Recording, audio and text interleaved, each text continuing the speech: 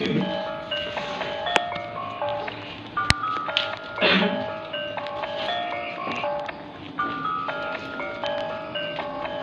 mikä toi roppais?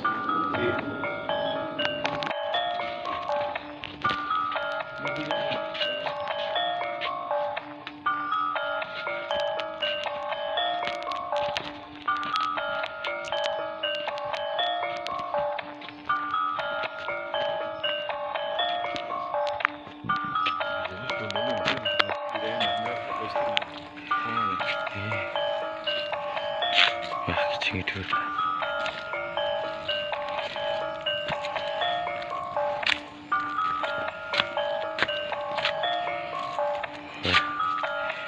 Iki wong anu iki.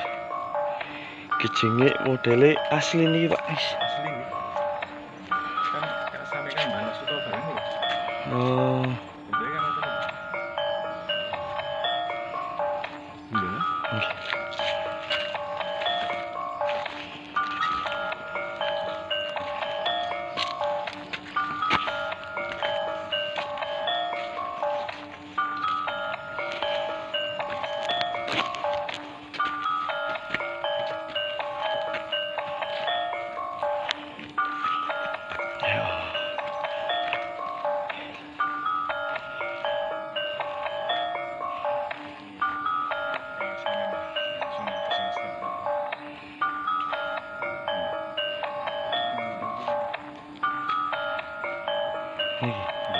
nggih.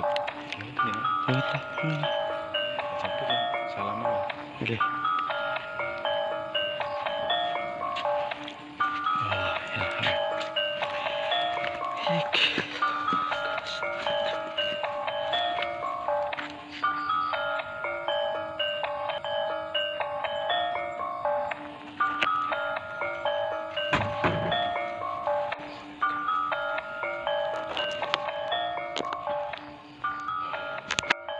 Assalamualaikum warahmatullahi wabarakatuh. Alhamdulillahirabbil alamin. Assalatu wassalamu ala asrofil anbiya wal mursalin sayyidina wa maulana Muhammadin. Amma ba'd. Kepada sahabat-sahabat subscriber semuanya dimanapun kalian berada, alhamdulillahirabbil alamin. Kesempatan kali ini kita masih selalu mendapatkan rahmat dari Allah Subhanahu wa taala, diberi keberkahan kesehatan jasmani, rohani kita, dan rezeki yang melimpah. Amin Allahumma amin. Di kesempatan kali ini sahabat, sebelumnya kita seperti biasa kita sholawatan dulu, menambah kecintaan ke baginda Nabi Muhammad Sallallahu alaihi wasallam dan ahlil baitnya. Kita sholawatan dulu. Allahumma sholli wa sallim wa barik alaihi wa ala alihi. Allahumma sholli ala sayyidina Muhammad wa ashghili dhalimin bi dhalimin. Allahumma sholli ala sayyidina Muhammad wa ashghili dhalimin bi dhalimin wa ahrijna min bainihim salimin wa ala alihi wa sahbihi ajma'in. Baik sahabat yang dirahmati Allah Subhanahu wa taala, di kesempatan kali ini saya akan bercerita tentang Eyang Nilo Srobo I, dimana Eyang Nilo Srobo I ini adalah umarok yang merangkap jadi ulama, atau ulama yang merangkap jadi umarok. Sahabat yang dirahmati Allah Subhanahu wa taala, beliau sebagai adipati, yang tepatnya beliau memerintah itu di tanah Baglen, sekarang kecamatan Baglen. Beliau sangat arif, beliau sangat dicintai masyarakat. Beliau juga berkaitan erat langsung dengan ulama-ulama sepuh, dengan umarok-umarok zaman kerajaan dulu. Sahabat yang dirahmati Allah Subhanahu wa taala, Eyang Nilosobo satu ini putra siapa? Beliau putra dari Eyang Rekso Samudro yang ada di Bagelen. Jadi di Kecamatan Bagelen ini ada tempat untuk iktikaf atau pertapan Nyai Bagelen, dan di sekitar situ ada makam Raden Rekso Samudro yang disinyalir atau deskripsi yang saya dapatkan dari kasepuan setempat, Eyang Rekso Samudro ini yang disebut dengan Sunan Seberang Kidul. Siapakah yang Sunan Seberang Kidul? Kita akan mencari tahu. Eyang Seberang Kidul putra dari Raden Paku. Tentu panjenengan juga tahu Eyang Raden Paku ini siapa, yaitu Kanjeng Sunan Giri Gresik. Masya Allah. Tapi sahabat yang dirahmati Allah Subhanahu wa taala, dingendikake bahwasannya Eyang Samudro ini putra dari Raden Paku. Tapi entah itu putra mantu atau beliau memang yang disebutkan Sunan Seberang Kidul. Kalau beliau ini yang disebut Sunan Seberang Kidul, benar berarti beliau adalah putra Raden Paku atau Sunan Giri. Tapi jika beliau itu anak mantu dengan nama Samudro, berarti beliau itu keturunan Galer Majapahit. Biasanya seperti itu nama-namanya. Jadi sahabat yang dirahmati Allah Subhanahu wa taala, ini salah satu bentuk contoh di mana di era kerajaan zaman dulu itu antara turunan-turunan para wali, turunan-turunan sunan itu dinikahkan kepada turunan-turunan para raja, para raden. Agar apa? Agar kekuatan Islam, agar kekuatan batiniah muslim kita itu dikuatkan dengan adanya tali persaudaraan. Ada kesepuan yang ngendiko bahwasannya kenapa Raden dinikahkan dengan putra-putra sunan, putra-putra wali, putri-putri wali, putri-putri sunan, agar ada percampuran darah antara darah Raden dan darah Rasulullah. Agar apa? Agar kekuatan Islamnya kuat, sehingga mungkin kita bisa rasakan sampai sekarang bahwasannya agama di Indonesia, di tanah Jawa, agama Islam itu sangat kuat sekali, sulit untuk dikafirkan lagi, sulit untuk dikafirkan. Bahkan Simbah Maimun Zubair ngendiko, kenapa tanah Jawa Indonesia ini sulit untuk dinon muslimkan lagi?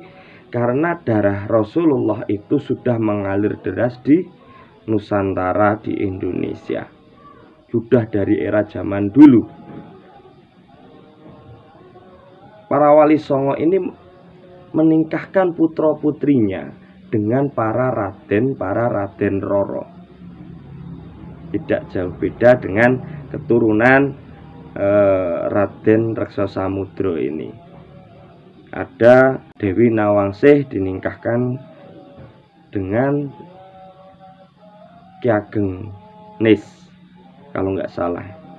Terus Nawang Wulan digarwa Joko Tarub. Itu untuk apa? Untuk menguatkan menguatkan agama Allah, agar hatinya semakin kuat iktikadnya pada ajaran Islam.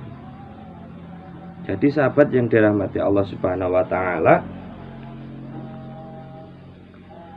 zaman dulu sudah ada perpaduan nasab darah. Jadi jika di era sekarang ada yang ngendika bahwasannya nasab Rasulullah ini haram menikah dengan nasab yang non keturunan Rasulullah, berarti bagaimana menghukumi nasab-nasab para wali songo tersebut. Ini harus kita pelajari. Sahabat yang dirahmati Allah Subhanahu wa taala, monggo kita cermati kembali sejarah-sejarah kita. Seperti Adipati Nilosrobo ini yang begitu arif billah bin Eyang Reksa Samudra. Eyang Reksa Samudra bin Raden Paku. Ada yang ngendikakan bin Raden Paku atau Njeng Sunan Giri. Ini kalau benar-benar nasabnya berarti nasab Rasulullah. Masya Allah, sahabat. Karena kita bisa lihat sendirilah, Raden Nilosrobo ini menurunkan ulama-ulama besar. Dari Raden Nilosrobo ini juga menurunkan putri yang dinikah oleh Raden Cokrojoyo. Siapa Raden Cokrojoyo? Yang berada di YouTube saya sebelumnya, yaitu Raden Kanjeng Sunan Geseng.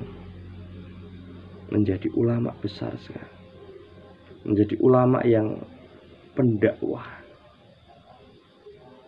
Sahabat yang dirahmati Allah, monggo jika panjenengan memiliki cerita tentang Raden Nilosrobo ini, boleh panjenengan komen di komen saya, sehingga biar terbuka semua sejarah, semua budaya, semua yang ada di sekitar kita agar tidak hilang. Kita harus nguri-uri perjuangan para ulama-ulama dulu, perjuangan para wali-wali dulu, perjuangan para dzurriyyah Rasulullah di era Wali Songo. Turunannya insya Allah banyak sekali di tanah Jawa. Bahkan saya mengutip dari pengendikan Mbah Kiai Husain Ilyas kalau nggak salah. Beliau ngendika bahwasanya turunan Rasulullah Shallallahu Alaihi Wasallam ini sangat banyak hingga tidak bisa ngurusi nasabnya. Karena di zaman dulu itu yang ada memang hanya dakwah. Bagaimana berdakwah Islam, bagaimana nguri-uri agama, sehingga agama ini hidup di tanah Jawa, hidup di Indonesia. Jadi perjuangannya yang digetolkan, perjuangan dakwah ceramahnya yang dikuatkan, bukan nasabnya yang diperlihatkan untuk mendoktrin-doktrin. Zaman dulu didoktrin, wah, belum bisa. Baik sahabat yang dirahmati Allah Subhanahu wa taala, banyak kata salah mohon maaf. Mungkin panjenengan bisa membenarkan apa yang saya katakan, karena saya sangat ingin membuka ini loh makamnya Mbah Nilosrobo, ini loh makamnya orang-orang Jawa yang luar biasa, wali-wali dulu yang luar biasa, yang mungkin saat ini tenggelam di telan waktu, yang saat ini mungkin panjenengan kita dan saya belum tahu beliau ini siapa, padahal perjuangannya luar biasa. Maka sahabat, banyak kata salah mohon maaf, karena saya memang lagi belajar. Dan kenapa saya share? Agar kita bareng-bareng belajar, kita bareng-bareng menelusuri sejarah-sejarah eyang-eyang kita dulu. Saya cukupi. Wallahu muwaffiq ila aqwamit thoriq. Wassalamualaikum warahmatullahi wabarakatuh.